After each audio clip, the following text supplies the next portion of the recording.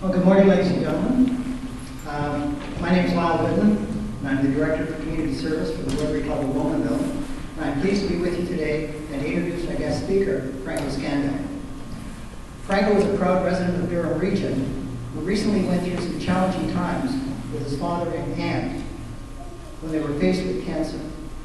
Franco was inspired by their courage and decided to take on his own fear head-on and help in the fight against cancer. Like many people, Franco has this fear of public speaking. To defeat this fear, he's making an attempt at a Guinness World Record for the most speeches in a day. He will be delivering 23 unique speeches throughout Durham Region with the goal of raising $16,000 for the Canadian Cancer Society. Since this is a Guinness World Record attempt, there are some procedures to be followed.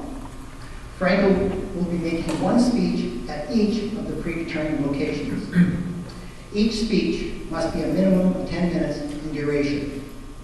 To mark this duration, a bell will signal the start and the end of the speech. In order to beat the previous held record of 21 speeches in 24 hours, Franco will be making 23 speeches in 14 hours. To meet this strict deadline, Franco will have to depart the venue immediately after the speech. Franco and his family sincerely appreciate you attending this speech and your support for the event. His team will need to take a photo of the audience for evidence at the end of the speech, so we will ask that you please remain where you are following the speech. Each of the speeches are different from one another, but share the same overall theme, facing our fears and challenges.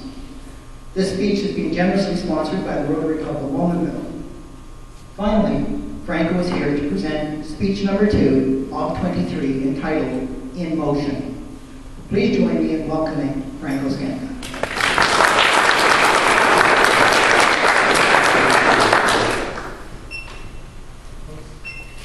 Just getting my video, secondary video, whenever the time's ready. Thank you.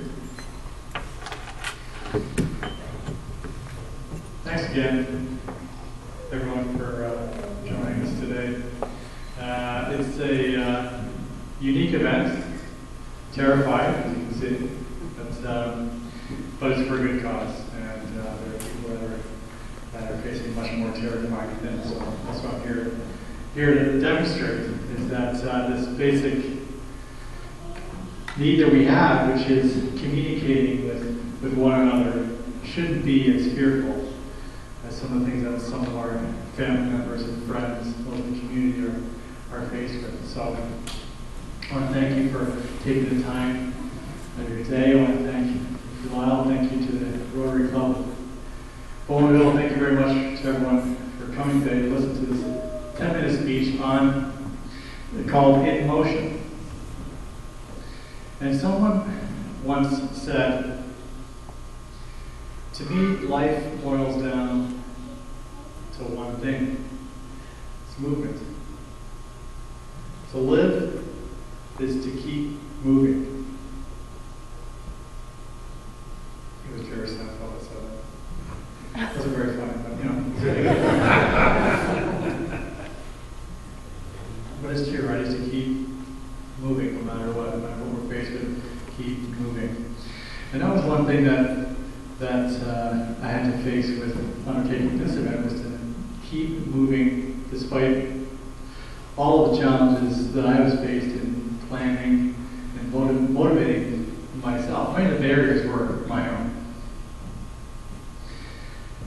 And so, keeping with the theme of facing one's fears and facing one's challenges, it's the whole theme of the event, I want to talk about something that I had done which is a little unorthodox. And many of the things that I have done over the last year and a half in planning this event and motivating myself and getting past my own fears and challenges were rather unorthodox. So you guys are in for a treat. I hope so.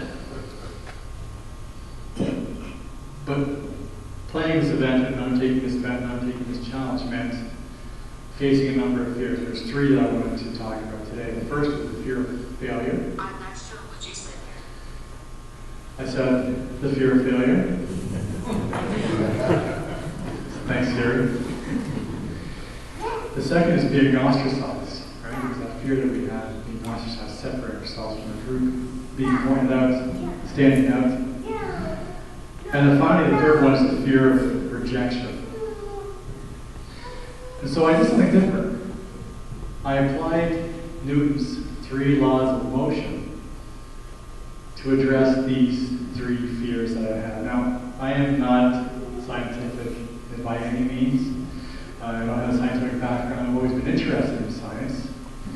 So I decided to apply Newton's 3 laws of motion to those 3 fundamental fears that I had in undertaking this event.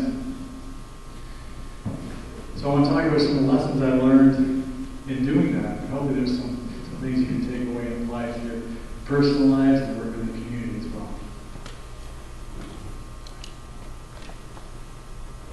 So we're going to almost go back to elementary school or whatever we learned in science. But Newton's 3 laws of motion. Does anyone know what Newton's 3 laws of motion are? I don't remember. If I didn't write them down, I would have a couple of yes. So the first one is objects that are in motion tend to stay in motion. That's law number 1. Law number 2 is force equals mass times acceleration. And the third one is for every action, this is the most famous one, for every action there's an equal and opposite reaction. So law number 1, I applied law number 1 to my fear of failure. The one thing I was fearful of when I thought about undertaking this event was that it actually might happen. Right? And oftentimes, you want to do something, I might actually end up doing it, or having to do it. And so this law of motion, this law that says anything that stays in motion, is in motion, stays in motion. The other part of it is anything that's static, that doesn't move, stays static. So I use that law as a reminder to say, look, once this ball starts rolling, there's no turning back.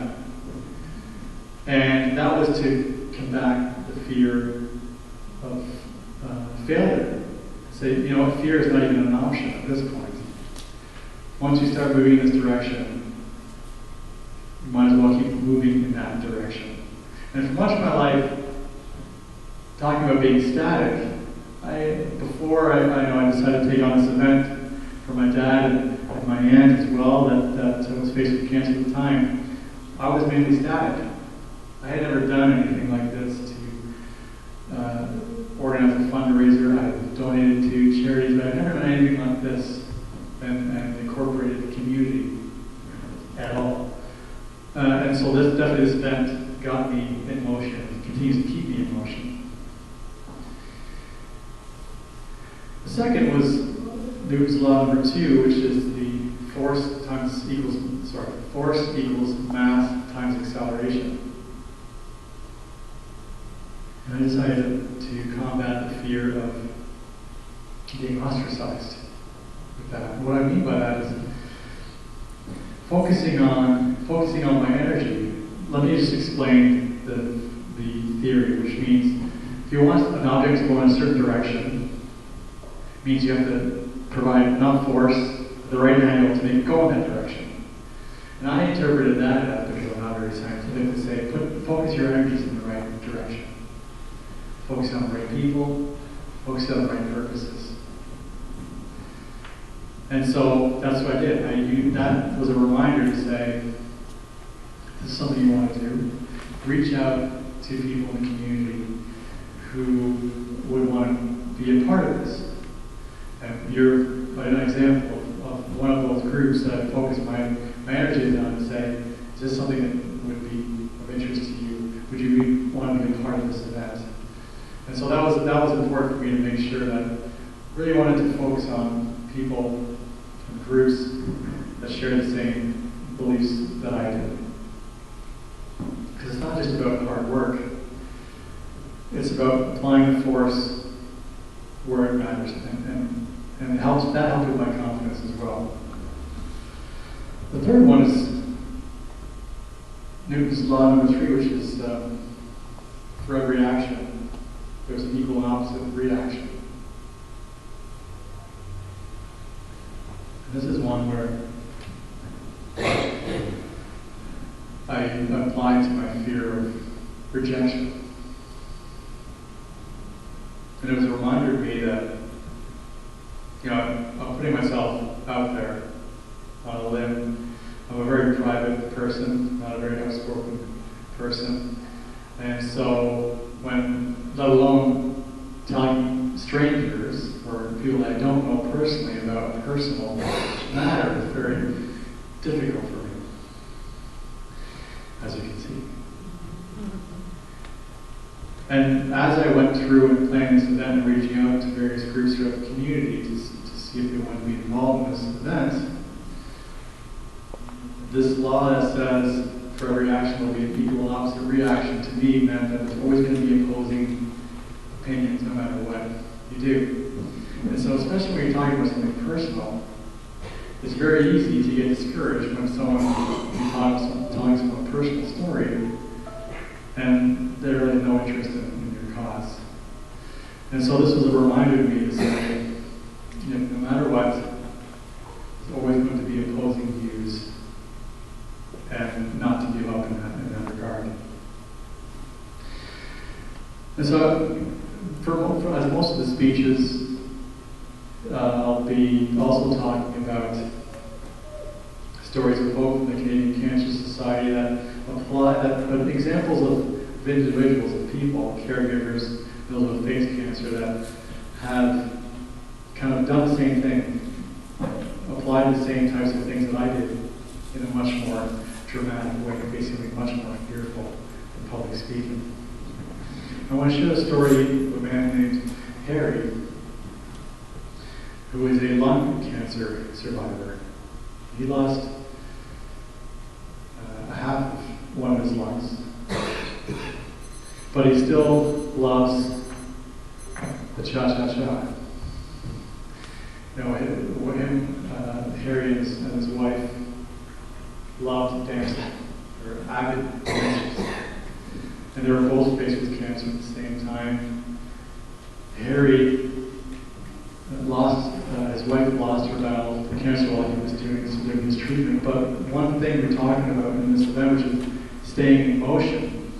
And Harry credits his battling back from cancer to a positive attitude and his faith. And his theory was to keep moving, but not just to keep moving in a positive direction. And he said he loves the cha-cha-cha, even though he may not have the same lung capacity, the breath as they always used to, but his thing was, as long as I'm keeping moving in a positive direction, it's going to keep me going. So I want to leave you with a closing quote that says, if you can't fly, then run. If you can't run, then walk. If you can't walk, then crawl. But whatever you do, keep moving.